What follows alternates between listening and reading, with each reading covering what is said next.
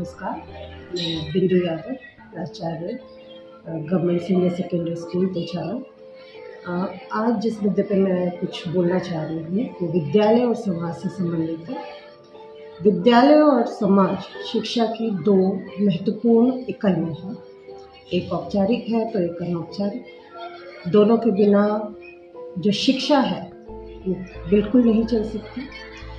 शिक्षा का जहाँ हम कहते हैं कि विद्यालय का तो योगदान होना ही होना चाहिए, पूरा ही योगदान होना चाहिए, पर समाज आज के युग में जितना सरकारी स्कूलों में सहायता कर रहा है वो अकल्पनीय है।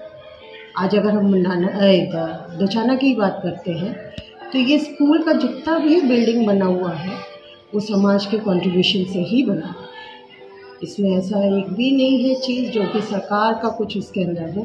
तो समाज ने इतना बढ़िया इंस्टीट्यूट सरकार को डोनेट किया है, उसके लिए इस गाँव का तो धन्यवाद है ही, जिससे ये भावी पीढ़ियाँ अच्छी प्रोग्रेस करेंगी। बाकी रहा दूसरी बात कि हम समाज को क्या देंगे, तो हमारी तो पूरी कोशिश, मेरी और मेरे स्टाफ मेंबर्स की यही रहती है कि हम जितना हमसे बन पाए हम उतना दें।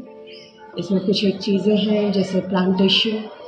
तो प्लांटेशन की बात सबसे पहले जो मेरे भी दिल के बहुत करीब मुद्दा है कि भाई हमें, क्योंकि जिस तरीके का एनवायरनमेंट हो रहा है, पीछे कोविड भी आया और ये सब कुछ आया, तो उसमें हमें कोशिश करनी है कि हम जितने ज़्यादा पेड़ लगाएं और बच्चों को नेचर के जितने पास लेके जाएं, क्योंकि जितना वो नेचर से जुड़ेंगे उतने ही वो संवेदनशील बनेंगे। और एक संवेदनशील व्यक्ति ही ढंग से सोच सकता है समाज के लिए। अगर वो पेड़ से जुड़ेगा तो समाज से भी जुड़ेगा। तो जब एक जुड़ाव बन जाएगा, बच्चों के अंदर कुछ देने की इच्छा पैदा हो जाएगी, तो जो समाज है उसका रूप ही बदल जाएगा। तो मेरा फोकस रहता है कि भाई हम ज़्यादा से ज़्यादा प्लांट्स जो है वो बच्चों के द्वारा लगवाया जाए, उनका उनके साथ जुड़ाव बनाए। अगर हमारे स्कूल में देखेंगे तो हमारे पास, मेरे ख्याल से मैंने तो कोई ऐसा स्कूल देखा नहीं जहाँ पर इतने वृक्ष। यहाँ पर कम से कम नहीं तो 50 आंवले के वृक्ष, 20 बड़ के पेड़ जो कि कैंपस के बाहर है, पर उसकी जितनी भी संभाल है वो विद्यालय के बच्चे ही करते हैं। और भी बाकी बहुत सारे प्लांट्स हैं, फलदार पौधे बहुत लगा रखे हैं। बच्चे तो करते ही हैं, बाकी जो स्टाफ मेंबर्स हैं वो लोग भी अपने आप से, कोई पैसा स्कूल से नहीं दिया जाता, अपने आप से लाकर और इसमें लगाते। तो ये तो प्लांटेशन की बात है। और दूसरी बात रह गई कि जो यहाँ पर, क्योंकि मैं खुद महिला, तो मेरा कांटेक्ट लड़कियों से रहता है यहाँ पर, और उनको मैं पर्सनली कहती हूँ बेटा कोई भी प्रॉब्लम है मेरे पास सीधा आ जाओ। अब बच्चे चाहे वो छोटी क्लास के हैं चाहे वो बड़ी क्लास के हैं, वो बेझिझक मेरे पास आती हैं।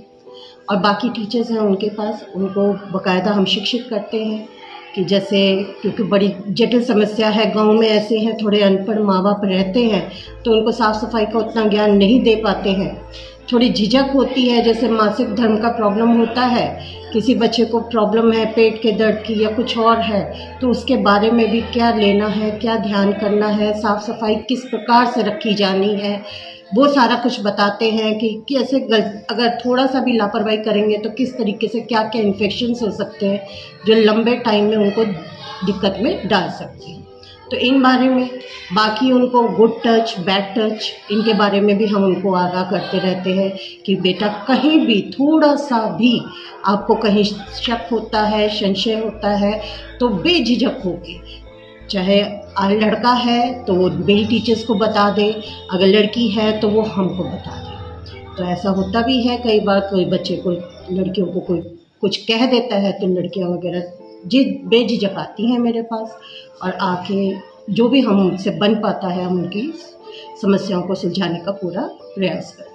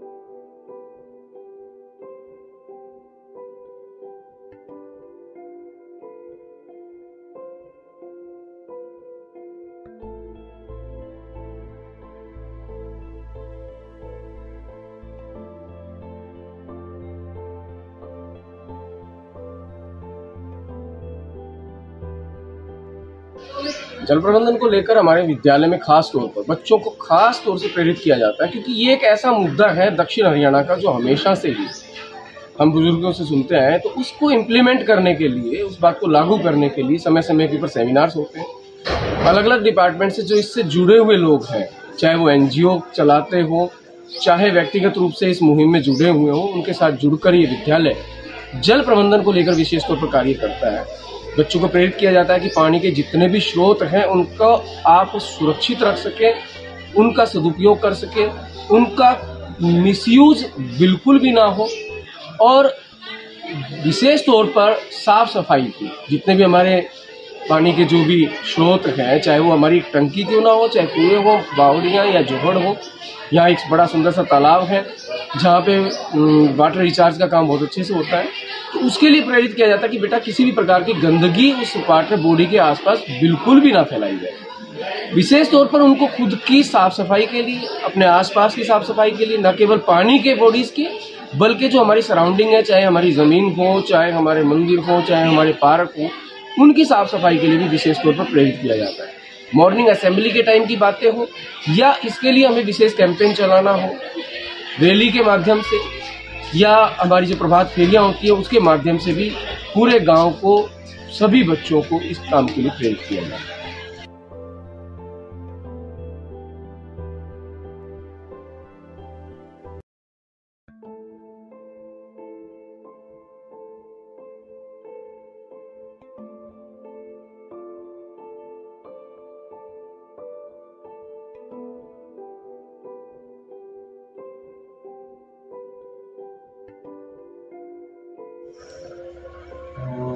ये हॉस्पिटल मेरे ध्यान से 1935 से है।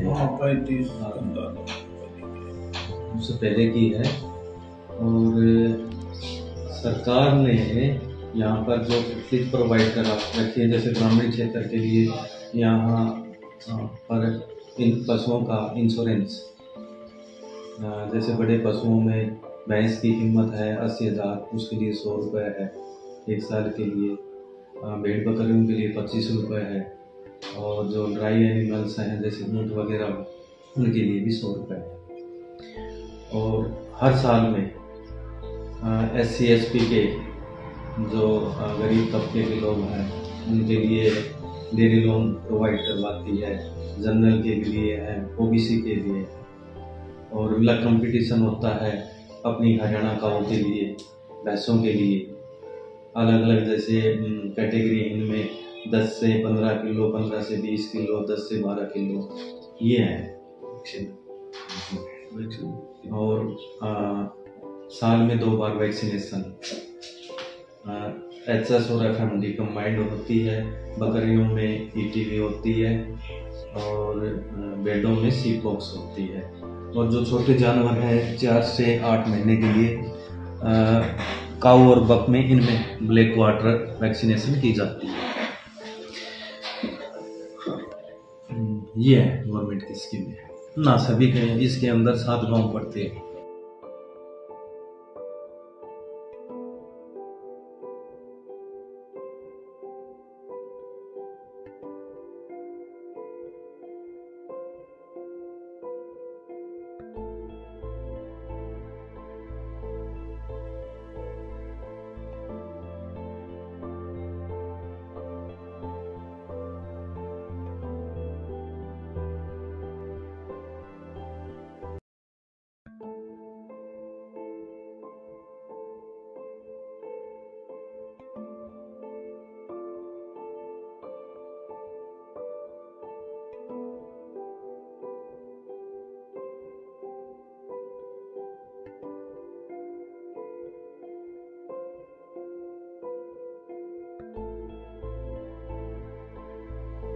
हेल्थ का ही है भाई, लोगों का उपचार मिलता है और एडमिट करने का भी वो यहाँ फैसिलिटी है।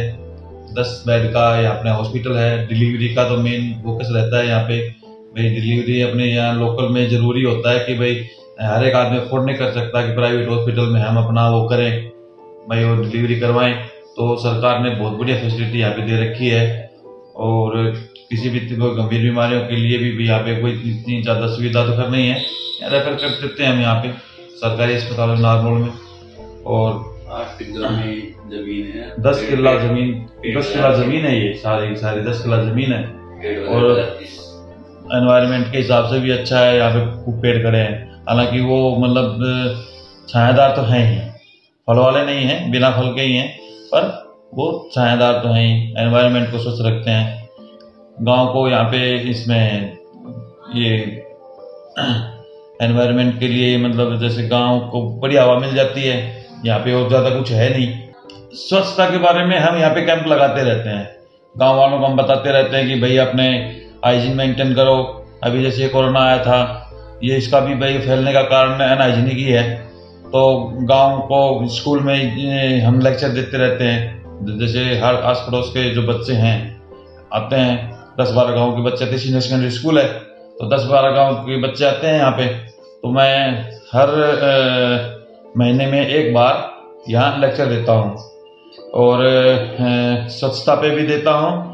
और ये जो मेन जो ये गर्ल्स हैं जो मीन्स प्यूबर्टी पे आ गई, मतलब जिनके मेंस स्टार्ट हो गए, उनको ये पीरियड्स के दौरान क्या हाइजीन करना है उस पर भी मैं लेक्चर देता हूँ। वे सैनिटरी नैपकिन का है, इनका यूज मोड कैसे क्या करना है। वो पहले घरों पे मतलब जैसे ये कपड़े उपड़े लगाती थी, उनसे इन्फेक्शन होता था, उनसे परेशानियाँ होती थी, उसके बारे में मैं लेक्चर देता रहता हूँ स्कूल में। गांव के लोगों को भी बताता रहता हूँ। और ये जो मेरे नीचे मैं इस पे CHC पे पोस्टिंग है, तो आसपास के जितने भी गांव हैं इन सब में एक बार एक इसका सरकार की तरफ से जो प्रोग्राम है RBS के, उसके तहत हीमोग्लोबिन नापने का एक प्रोग्राम चलता है जिसको एनीमिया मुक्त भारत के नाम से बताया गया है। तो उसके ऊपर भी मैं लेक्चर देता रहता हूँ। और ये जो आंगनबाड़ी हैं, इनमें छोटे छोटे जो बच्चे आते हैं उनके लिए भी मैं मतलब एक कैंप ऑर्गेनाइज करता हूँ। मेरे साथ टीम है, एक फार्मासिस्ट है, एक लैब टेक्नीशियन है, एक NM है। और इन सबको मैं ले जाकर के सबके वहाँ पे मतलब मोस्टली जितने भी बच्चे आंगनबाड़ी में आते हैं उनमें मतलब 50% का तो ऑन एन एवरेज निकाल लेते हैं कि भाई 50% आज हो गया, फिर नेक्स्ट टाइम में 50% का हो जाता है। इस तरह से कभी कोई नहीं मिलता है तो नेक्स्ट टाइम मिल जाता है। तो सबका हीमोग्लोबिन नाप करके एनीमिया मुक्त भारत के तहत ये प्रोग्राम मैं करवाता रहता हूँ। स्कूल का हो गया, स्कूल में कैंप करते हैं, आंगनबाड़ी में करते हैं, गांव की पंचायत में भाई सरपंच को बुला करके भाई ये जैसे इनका जोड़ वगैरह है, इनकी जो एक बेकार जो जैसे कुल्डी अपने देसी भाषा में कहते हैं, जो गोबर को वगैरह डालते हैं, उनको भी मैंने एक बार कहा था कि भाई गांव के बीच में मत डालो। तो वो उन्होंने फिर बाहर में करवा दिया सारा का सारा। वो पंचायत की तरफ से JCB मंगवा करके वो बाहर करवा दे। तो मच्छर वगैरह भी आते थे उस टाइम में, तो वो बाहर करवा दे। तो उसके फिर प्रेरणा लेकर के आस पड़ोस के गाँव के फिर भाखरी में भी शुरू हो गया ये काम। भाखरी में भी लोग बाहर ही करने लगे। फिर अब गांव के अंदर जितने भी मतलब गड्ढे थे वो बुरवाए थे, और ये जो इसका ये जो खाद था ये भी बाहर डलवा दिया। तो अंदर की पूरी साफ सफाई करवा दी थी। तो धीरे धीरे हम इसे स्वास्थ्य के हिसाब से मतलब लोग स्वस्थ रहें, तो उसके हिसाब से ये जरूरी नहीं है कि कोई आदमी बीमार हो जाता है तभी उसको गोली दे करके ही ठीक किया जाए। हम स्वस्थ रहेंगे तो वैसे भी मतलब वो रहेंगे, स्वस्थ रहेंगे, स्वच्छ रहेंगे तो स्वस्थ रहेंगे। तो सरकार की भी बहुत ज्यादा प्रोग्राम है, RBS के का है, RKS के का है, और एनीमिया मुक्त भारत है। ये कई प्रोग्राम हैं जो हम यहाँ से ऑर्गेनाइज करते हैं, और CHC के थ्रू जितना हमसे होता है हम कर रहे हैं। तन्मयता से हम अपना काम करने में लगे हुए हैं।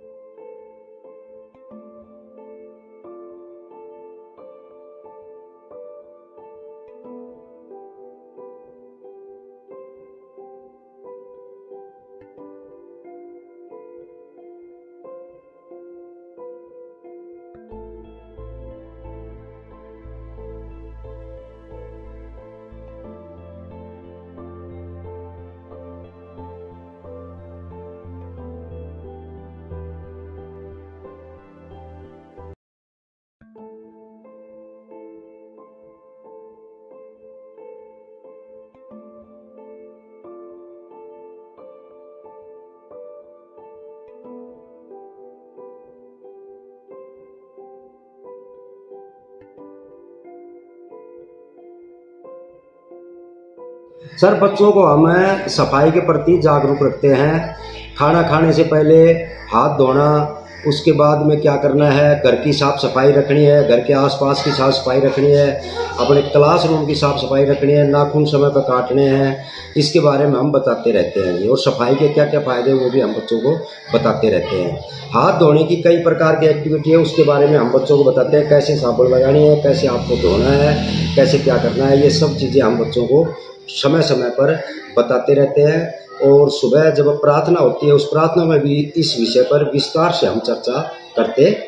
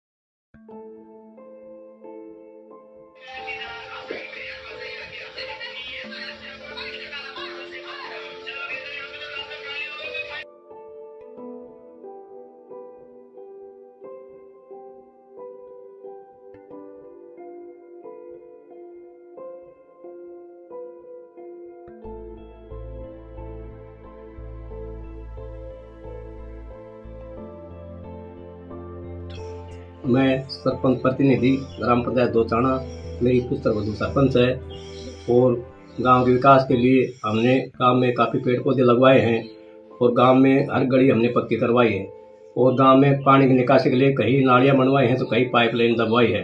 पूरे गांव का एक ही जोड़ के अंदर मतलब गंदे पानी का निकास हमने करवाया है। और खेल मैदान में हमने क्या नाम वॉलीबॉल ग्राउंड वगैरह ट्रैक वगैरह बनवाए हैं। वॉलीबॉल ग्राउंड के लिए हमने जाल वगैरह लगवाए हैं और स्टेज वगैरह मतलब बनवाई हमने। और कुछ शमशान घाटों में सभी में तो नहीं, टेंट सेटिंग लगवाई है हमने। और सरकार की योजना के तहत घर घर पे पानी के मतलब नलकों का काम जारी मतलब चल रहा है 95% काम पूरा कर चुके हैं। लगभग 30-35 कनेक्शन बचे हुए हैं गांव में, बाकी पूरा कार्य कर चुके हैं। सिर्फ 35 कनेक्शन लगभग बचे हैं बस पूरे गांव के लिए।